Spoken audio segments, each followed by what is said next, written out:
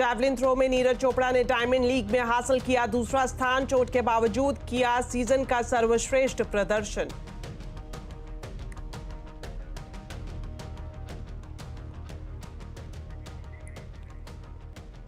प्रधानमंत्री नरेंद्र मोदी आज special train से कीव पहुंचे। पीएम मोदी ने यूक्रेन के राष्ट्रपति जेलेंस्की से मुलाकात की। इस दौरान दोनों नेता यूक्रेन नेशनल म्यूजियम पहुंचे। दोनों नेताओं ने रूस और यूक्रेन युद्ध में मारे गए बच्चों को श्रद्धांजलि दी। इस दौरान पीएम मोदी जेलेंस्की के कंधे पर हाथ रखकर सांत्वना देते हुए दिखाई दिए। पीएम मोदी ने के साथ साथ यहां पर विदेश मंत्री एस जयशंकर भी मौजूद हैं। भारत और यूक्रेन के बीच आज 4 समझौतों पर हस्ताक्षर हुए हैं।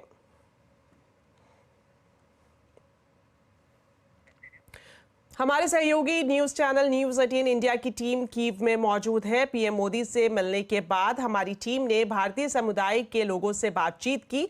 क्या कहा उन्होंने, आइए आपको दिखाते हैं। मोदी जी से आप लोग मिले जब वो आए थे? जी जी बिल्कुल मिले।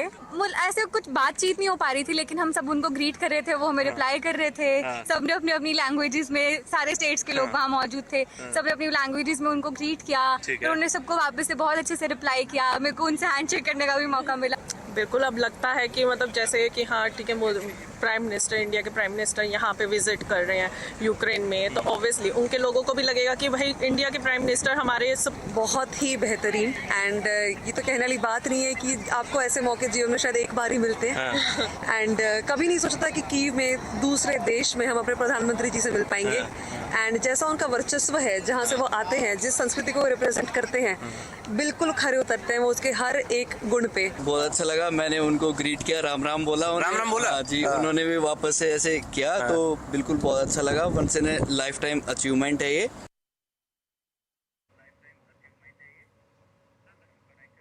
कीव में भारत के तमाम राज्यों से कई लोग सालों से रह रहे हैं। सहयोगी चैनल न्यूज 18 इंडिया की टीम कीव में बिहार के रहने वाले शशि रंजन से मिली। शशि रंजन पीएम मोदी के कीव दौरे को कैसे देखते हैं, आइए आपको दिखाते हैं। कितने साल से ये योगा सेंटर आप चला रहे हैं और कितनी डिमांड है योगा की यूक्रेन में? 15 साल से। अच्छा, रेगुलर। ओके। और डिमांड है? डिमांड है, हाँ, बहुत ज़्यादा डिमांड है। बहुत ज़्यादा डिमांड, मतलब पैक ही रहता है? हाँ, पैक रहता है। अच्छा, एक और सवाल आपसे पूछना चाहूँगा शशि, आप यहाँ पे कई सालों से यूक्रेन में रह रहे हैं, पहले इंडिया में थे, कई सालों से यूक्रेन में रह रहे हैं। कहीं ना कहीं इंडिया की छवि को भी एक डेंट लगा है रशिया के साथ अच्छे संबंध होने की वजह से। तो अब जब मोदी जी आ रहे हैं तो आपको लगेगा वो जो परसेप्शन है वो चेंज हो जाएगा? देखिए, ऐसा है कि इंडिया का जो छवि है वो खराब नहीं हुआ है, क्योंकि हम लोगों का जो संबंध है ना वो आपको जनता से जनता के बीच है, पीपल टू पीपल। हाँ, पीपल टू पीपल है।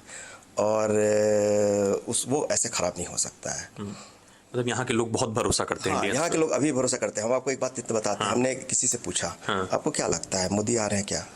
आपको लगता है मोदी कुछ कर सकते हैं? तो बोला कि मोदी को सिर्फ एक टेलीफोन उठाकर उसको कॉल करने की जरूरत है। ज़ेलेंस्की को नहीं, पुतिन को। हाँ। और वो वॉर को रोकेगा। वो वॉर रोकेगा। हाँ। ये उम्मीद है यहाँ लोगों को। इस तरह का बात लोगों ने मुझे कहा। मैंने बोला कि अब इतना भी ज्यादा भरोसा मत करो भाई, भगवान यहाँ कोई नहीं है। तो प्रधानमंत्री नरेंद्र मोदी के कीव दौरे को लेकर पूर्व एम्बेसडर अनिल त्रिगुनायत का कहना है कि भारत रूस और यूक्रेन युद्ध में बड़ा रोल अदा कर सकता है। भारत का स्टैंड साफ रहा है कि किसी भी समस्या का समाधान बातचीत और कूटनीति के जरिए होना चाहिए। प्रधानमंत्री नरेंद्र मोदी ऐतिहासिक पोलैंड और यूक्रेन के दौरे पर हैं। हमारे साथ बातचीत करने के लिए पूर्व एम्बेसडर अनिल त्रिगुनायत मौजूद हैं। कैसे देखते हैं प्रधानमंत्री के यूक्रेन दौरे को? खासकर देखिए, शुरू से ही प्रधानमंत्री मोदी ने और भारत का ये स्टैंड रहा है कि कोई भी समस्या है उसको डायलॉग, डिप्लोमेसी के ज़रिए सुलझाना चाहिए। दूसरी चीज़ है रिस्पेक्ट यूएन चार्टर की होनी चाहिए, जिसका मतलब है कि संप्रभुता, सॉवरेनिटी, टेरिटोरियल इंटेग्रिटी जो है देशों की, उसको रिस्पेक्ट करना चाहिए। ये फंडामेंटल पोजीशन इंडिया की शुरू से रही है। और इसीलिए प्रधानमंत्री मोदी ने शुरू में, जब आपको याद होगा, जब हमारे 20,000 स्टूडेंट्स को बाहर निकालना था यूक्रेन से, तो उन्होंने ज़ेलेंस्की से बात किया, उधर रशिया से बात किया, युद्ध को रुकवाया थोड़ी देर के लिए ताकि हमारे लोग बाहर वापस आ सकें। उसके बाद में भारत शुरू से ये कहता रहा, प्रधानमंत्री मोदी बार बार प्रेसिडेंट पुतिन से, प्रेसिडेंट जेलेंस्की से बातचीत करते। भारत किसी तरह का एक पीस एफर्ट में फैसिलिटेटर के रूप में कोई रोल अदा कर सकता है, और वही भारत का रोल प्रधानमंत्री मोदी वहाँ पर करने के लिए जा रहे हैं। और इसीलिए ये मैं समझता हूँ कि एक इम्पॉर्टेंट बहुत इम्पॉर्टेंट विजिट है। चलिए अब बात करते हैं बाजार की। जैक्सन होल यानी कि फेड के आउटकम से पहले बाजार में कंसोलिडेशन रहा। सेंसेक्स निफ्टी की फ्लैट क्लोजिंग हुई। सेंसेक्स 33 पॉइंट चढ़कर 81,086 पर और निफ्टी 12 पॉइंट चढ़कर 24,823 पर बंद हुआ। मिड कैप स्मॉल कैप शेयरों में दबाव रहा। आज के बाजार में ऑटो शेयरों में खरीदारी रही तो एनर्जी फार्मा इंडेक्स में हल्की बढ़त दिखी। रियलिटी, आईटी, तेल गैस शेयरों में बिकवाली रही तो मेटल, एफएमसीजी शेयरों पर दबाव दिखाई दिया।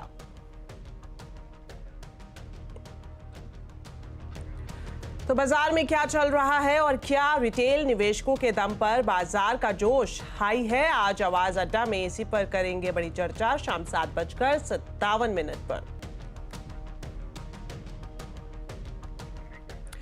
देश की दूसरी सबसे बड़ी और आईटी सेक्टर की दिग्गज कंपनी टीसीएस की लिस्टिंग को 20 साल पूरे हो गए हैं। सुमित मेहरोत्रा बता रहे हैं टीसीएस का 20 साल का सफर। तो देश की दूसरी सबसे बड़ी कंपनी टीसीएस की लिस्टिंग के 20 साल पूरे हो गए। दरअसल ये कंपनी का जो स्टॉक था वो 25 अगस्त सन 2004 को लिस्ट हुआ था और वहां से लेके अब तक यानी कि 25 अगस्त 2024 तक आते आते करीब 20 साल इसकी लिस्टिंग के पूरे हो चुके हैं। और इसने ना केवल देश में एक अच्छी ग्रोथ दिखाई है आईटी स्पेस को लेकर, बल्कि इसने निवेशकों को भी काफ़ी हद तक रिवॉर्ड करते हुए दिखाई पड़े हैं। कई सारे फैक्ट्स। पहले तो ये प्री एडजस्टेड यानी एडजस्टमेंट के बिना टीसीएस का जो इशू प्राइस था वो 850 रुपये पर शेयर के आसपास था उस समय पर। उस समय पर कंपनी ने कुछ ओएफएस भी किया था, कुछ फ्रेश इशू भी किया था और करीब करीब 5400 करोड़ रुपए के आसपास की रकम जुटाई भी थी। उस समय की आईपीओ की डिटेल है। कुछ और आईपीओ की डिटेल की बात की जाए तो उस समय पर क्यूआईबी हिस्सा 7 गुना सब्सक्राइब हुआ था, एनआईए का हिस्सा करीब 19 गुना सब्सक्राइब हुआ था, कर्मचारी का हिस्सा रफली 3/4 गुना सब्सक्राइब हुआ था और रिटेल का हिस्सा करीब करीब 3 गुना सब्सक्राइब होता हुआ दिखाई पड़ा था। तो एक बढ़िया सब्सक्रिप्शन के नंबर उस समय पर आए थे। हालांकि कर्मचारियों का नंबर उतना स्ट्रांग नहीं आता हुआ दिखाई पड़ा। कंपनी ने 2006 में 1:1 बोनस दिया, 2009 में भी 1:1 बोनस दिया, 2018 में भी 1:1 बोनस दिया। मल्टीपल बायबैक्स भी कंपनी कर चुकी है इसके अलावा। तो ये कुछ शेयर होल्डर्स के रिवॉर्ड है जो दे चुके हैं। कंपनी से जुड़े कुछ और इंटरेस्टिंग फैक्ट, जहां पे देश की दूसरी सबसे बड़ी कंपनी है मार्केट कैप के लिहाज से, आईटी सेक्टर की ये सबसे बड़ी कंपनी है मार्केट कैप के लिहाज से भी और प्रॉफिटेबिलिटी के लिहाज से भी। टाटा ग्रुप की कुल मार्केट कैप का 47% हिस्सा टीसीएस का है। इंटरेस्टिंग फैक्ट यह है कि 2011 से लेकर 2021 तक टाटा ग्रुप की कुल मार्केट कैप का 50% से ज्यादा का हिस्सा अकेला टीसीएस देता था। तो एक डिकेड तक यहां पे इसने लीडरशिप को मेंटेन रखा है। टाटा ग्रुप की मार्केट कैप का ऑलमोस्ट आधा हिस्सा अभी भी टीसीएस से आता हुआ दिखाई पड़ रहा है। साथ ही साथ 5वीं सबसे ज्यादा मुनाफा कमा के देने वाली कंपनी है देश की। और अगर इन 5 कंपनियों की बात की जाए, इनफैक्ट टीसीएस के कुल कर्मचारी जो हैं वो 6 लाख के आसपास हैं, जबकि टाटा सन्स के कुल कर्मचारी जो हैं वो रफली 10 लाख के आसपास है। तो कुल कर्मचारियों का मतलब टाटा सन्स के 60% हिस्सा अकेला टीसीएस से आता हुआ दिखाई पड़ता है, जिसमें भी टीसीएस के 82 से 92% जो कर्मचारी हैं वो भारतीय मूल के हैं।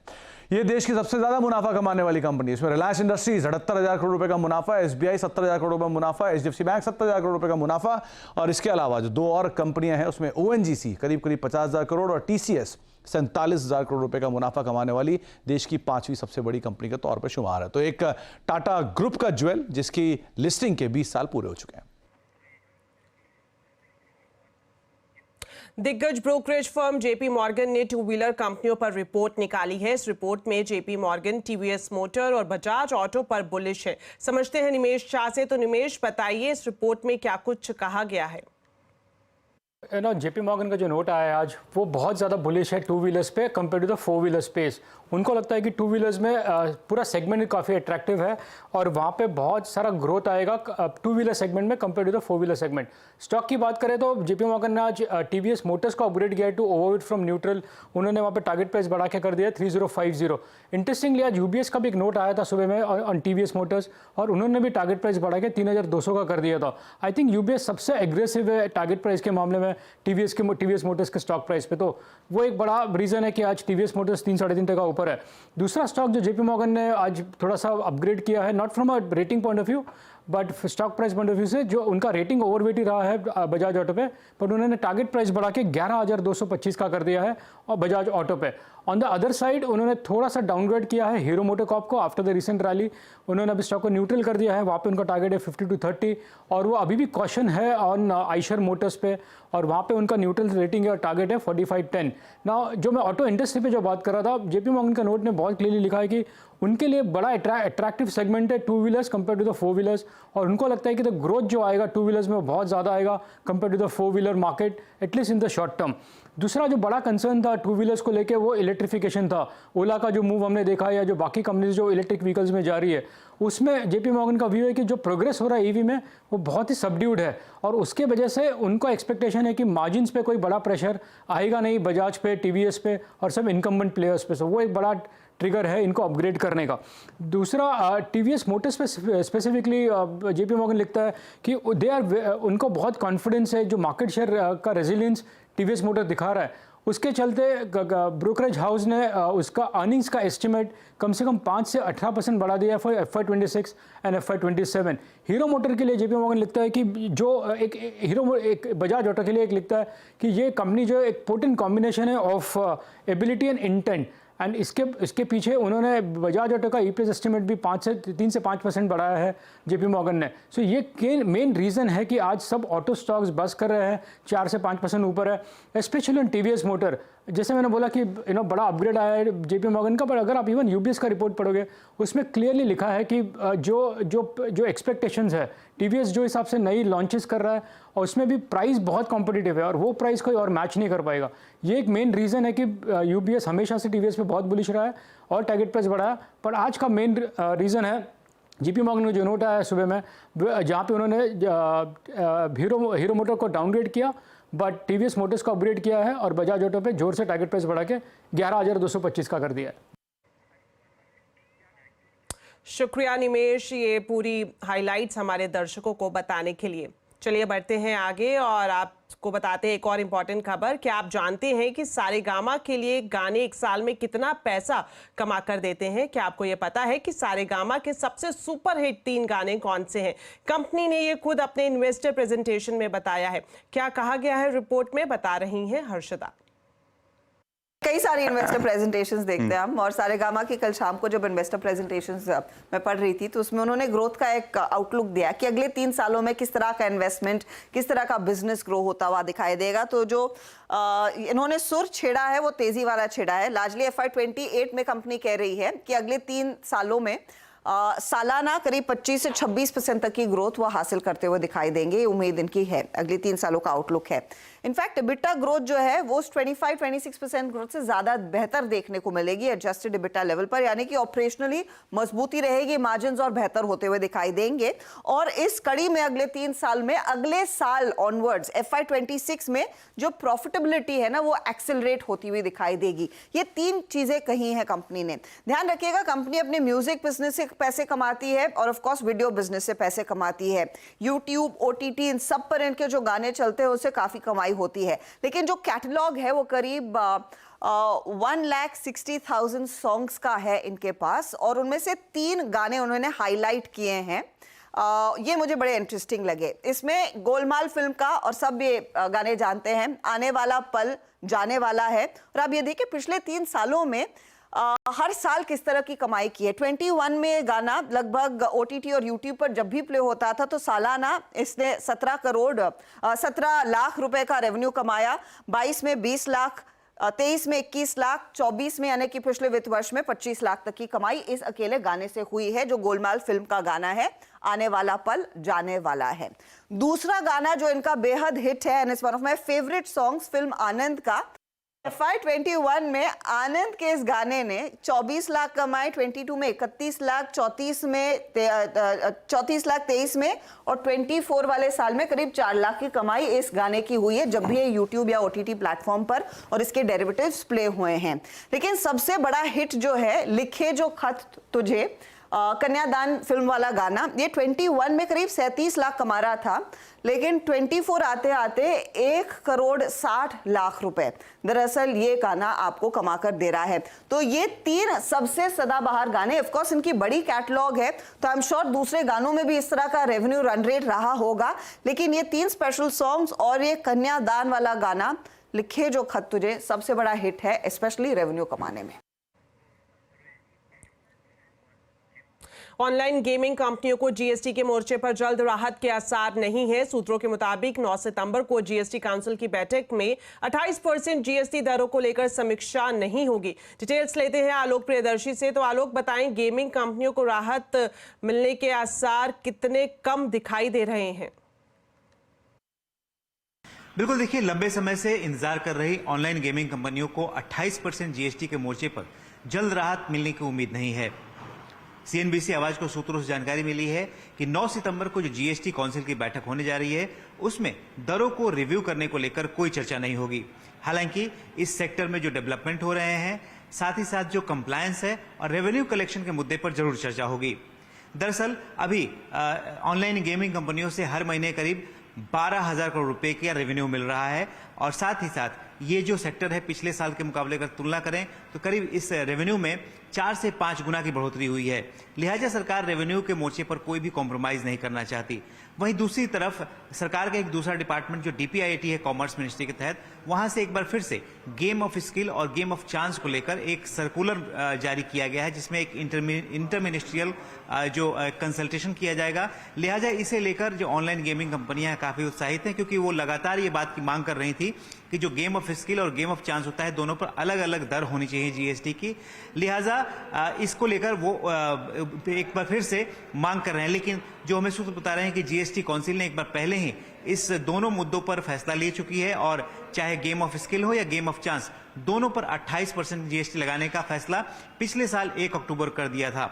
साथ ही साथ ये भी कहा था कि हर 6 महीने में दरों का रिव्यू होगा, लेकिन जो जानकारी मिल रही है कि इस बार जीएसटी काउंसिल की बैठक में दरों को लेकर कोई रिव्यू होने की संभावना नहीं है।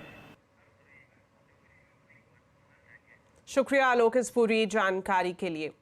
टेलीकॉम कंपनियों ने व्हाट्सएप और टेलीग्राम जैसे एप्लीकेशन को रेगुलेशन के दायरे में लाने की मांग रखी है। आज इसी सिलसिले में दूरसंचार मंत्री ज्योतिरादित्य सिंधिया ने टेलीकॉम कंपनियों के सीईओ से मुलाकात की। डिटेल समझते हैं असीम से। तो असीम, बताएं आज इस बैठक में किन बातों पर चर्चा की गई?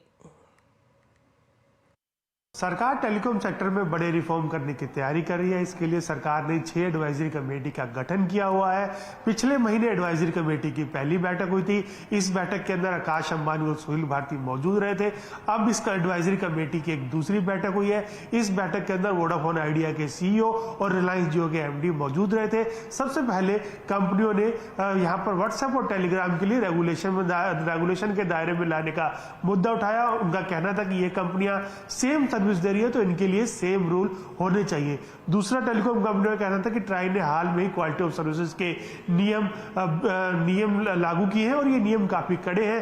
फिलहाल कंपनियों को राइट ऑफ वे लेने में काफी परेशानी का सामना करना पड़ रहा है। ऐसे में इन नियमों को फिलहाल के लिए टाल दिया जाए। अब सरकार ने इन सबके सुझावों को ले लिया और सरकार जल्दी इसके ऊपर किसी तरह का एक्शन ले सकती है।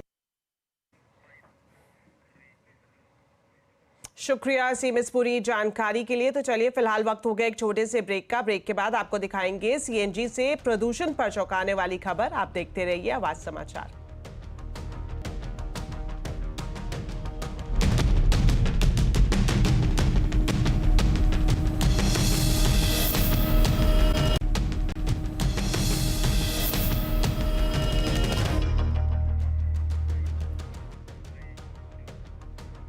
ब्रेक के बाद आपका स्वागत है और अब बात करते हैं आर्टिफिशियल इंटेलिजेंस पर आई एक दिलचस्प रिपोर्ट के बारे में। रिपोर्ट के मुताबिक 55% व्हाइट कॉलर जॉब करने वाले एम्प्लॉयज एआई का इस्तेमाल कर चुके हैं। वहीं 48% कर्मचारियों ने माना है कि उन्हें कंपनी की तरफ से एआई ट्रेनिंग का मौका मिला है।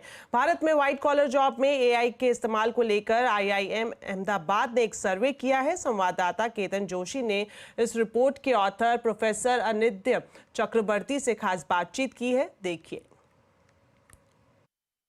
So it has been there in the public domain for more developed countries. In the Indian context, I think we did not have a very good idea. The perception about the effect of AI on labor market has ranged from practically dystopia to utopia. It can be completely bad to unforeseen gain in productivity. So here, as part of this report, what we wanted to see is what are the workforce's perceptions. How do they think the technology is changing? Do they see some benefits in that or not? So what we found, primarily two major points. Later on we will unveil the other points. The first one is that people have a very balanced idea. They are expecting a lot of disruption to happen, but they are not very worried about it or concerned about it as of now. So there is no dystopian outlook around it, and people do actually think that this is a good opportunity for them to get into a higher productivity path. The challenge is going to be how to maintain the balance between these two possible extremes, where we don't get into either a complete labor substituting kind of technology or complete seclusion from this highly productive technology. So we have to maintain a balanced path, and that, I suppose, is the takeaway from this report. तो चाहे वो industry हो, government हो, non government हो, उनको और उनके workforce को क्या चैलेंजेस है और उनको क्या करना चाहिए ताकि एआई के साथ वो कदम से कदम मिला पाए? We honestly don't have a very definitive answer to that, but one thing that we realized is that it cannot be solved by a single party. This cannot be solved individually by the workforce. It cannot be solved individually by the corporates or by the government either. We think that all three parties need to work together, and the market by itself possibly will not solve this problem. The government also has to play a major role.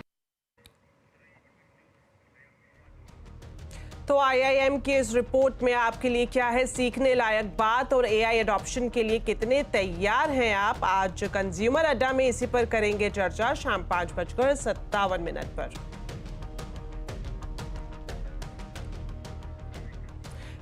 क्या CNG भी प्रदूषण फैलाती है? एक ताजा report ने चौंकाने वाला दावा किया है। रिपोर्ट के मुताबिक दिल्ली में प्रदूषण का बड़ा कारण नाइट्रोजन ऑक्साइड है, और ये CNG गाड़ियों से निकलती है। ये रिपोर्ट तैयार की है international council of clean transport ने। ICCT के MD अमित भट्ट से खास बातचीत की है हमारे संवाददाता रोहन सिंह ने। देखिए, आपकी रिपोर्ट क्या कहती है, कितना क्लीन है या नहीं है? तो दो तीन चीजें क्लियर आई हैं कि BS6 के आने से प्रदूषण में तो गिरावट आई है, तो वो एक अच्छी बात है। दूसरा, हमें मालूम पड़ा है कि स्पेशली CNG व्हीकल्स के लिए पार्टिकुलेट मैटर एमिशन में तो कमी आई है, बट नॉक्स एमिशन बढ़ गए हैं। और नॉक्स एक ऐसा इंपॉर्टेंट क्राइटेरिया पोल्यूटेंट इसलिए है कि नॉक्स क्या है, जब हवा में जाता है तो पार्टिकुलेट मैटर बनाता है, तो सेकेंडली पार्टिकुलेट मैटर हम उसको मानते हैं। और नॉक्स की मॉनिटरिंग हम बहुत क्लोजली नहीं कर रहे हैं। सो नॉक्स एक हेल्थ हैजार्ड है, और हमको ये मालूम पड़ा है कि रियल वर्ल्ड एमिशन में और लैब वैल्यू में बहुत डिफरेंस है। सर, अगर अलग अलग कैटेगरीज में थोड़ा समझा सकेंगे क्या नॉक्स का एमिशन कैसा रहा है? तो इस ग्राफ में अगर आप देखेंगे तो ये है टाइप अप्रूवल लैब लिमिट की वैल्यू। जैसे ये 3 व्हीलर के केस में है, ये कार के केस में है, टैक्सी, ये light goods vehicle class 1, class 2 और ये बस। ठीक है। और ये जो आप चार्ट देख रहे हैं बाहर, ये बता रहा है कि रियल वर्ल्ड में कितना एमिशन है। ठीक है। तो जैसे लाइट गुड्स के व्हीकल कैटेगरी में आए, तो ये है लिमिट और ये है एक्चुअल। तो लाइट गुड्स में काफी ज्यादा लिमिट से आगे है, ऑलमोस्ट 14-15 गुना ज्यादा है लिमिट से आगे। क्योंकि CNG के बहुत सारे ऑटोज चलते हैं। 3 व्हीलर्स की क्या स्थिति है? 3 व्हीलर्स में भी नंबर ज्यादा है, और काफी ज्यादा है लैब लिमिट से के हिसाब से, ऑलमोस्ट 3 से 4 गुना नंबर ज्यादा है। ठीक है। तो CNG एक बहुत ही लीडिंग कॉज है नॉक्स एमिशन का। नॉक्स के क्या नुकसान हो सकते हैं सर? थोड़ा नॉक्स का 2-3 नुकसान होता है। एक तो क्या है, नॉक्स से एक तो सेकेंडरी पार्टिकुलेट मैटर बनता है, और दूसरा ओजोन बनता है। तो पार्टिकुलेट मैटर में हम अक्सर चर्चा करते हैं, तो जब ये हवा में जाके पार्टिकुलेट मैटर बनाता है तो पार्टिकुलेट मैटर की संख्या बढ़ जाती है। दूसरा है ओजोन, वो भी एक इंपॉर्टेंट क्राइटेरिया पोल्यूटेंट है। सो नॉक्स को हमको बहुत एक्टिवली देखना पड़ेगा, जो अभी तक हम नहीं देखते आए हैं। कमर्शियल व्हीकल में अभी तक कोई एक्शन नहीं हुआ है, वो हमको देखना पड़ेगा, बिकॉज वो एक इंपॉर्टेंट सेगमेंट है इलेक्ट्रिफिकेशन के लिए। प्राइवेट गाड़ियां और कमर्शियल गाड़ियां, उनमें भी कुछ डिफरेंस है? बिल्कुल। तो हमारे डेटा से क्लीन निकल के आया है कि कमर्शियल व्हीकल का real world emission lab limit से बहुत ज्यादा है, चाहे वो पैसेंजर कमर्शियल व्हीकल हो जैसे टैक्सीज, और गुड्स कमर्शियल व्हीकल हो जैसे लाइट गुड्स व्हीकल। चलिए अब खबर त्रिपुरा से, जहां पर बारिश और बाढ़ से हाहाकार मचा हुआ है। लैंडस्लाइड में 20 लोगों की मौत हो गई है, कई लोग अभी भी लापता है। अगली सूचना तक स्कूल और कॉलेज को बंद कर दिया गया है। सेना बचाव अभियान में जुटी हुई है। सेना ने अब तक 330 नागरिकों को बचाया है। गृह मंत्री अमित शाह ने त्रिपुरा के मुख्यमंत्री मानिक साहा से बाढ़ के हालात पर चर्चा की है। 30,000 से ज्यादा लोग अभी बाढ़ राहत शिविर में रह रहे हैं।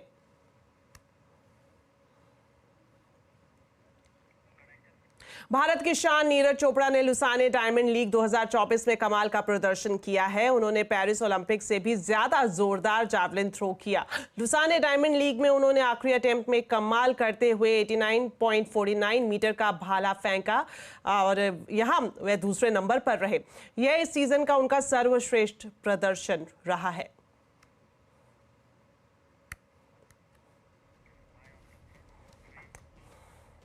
तो चलिए मेरे साथ इस बुलेटिन में इतना ही। आप खबरों पर अपडेट रहें, CNBC आवाज से जुड़े रहें हमारे सोशल मीडिया हैंडल्स के जरिए। नमस्कार।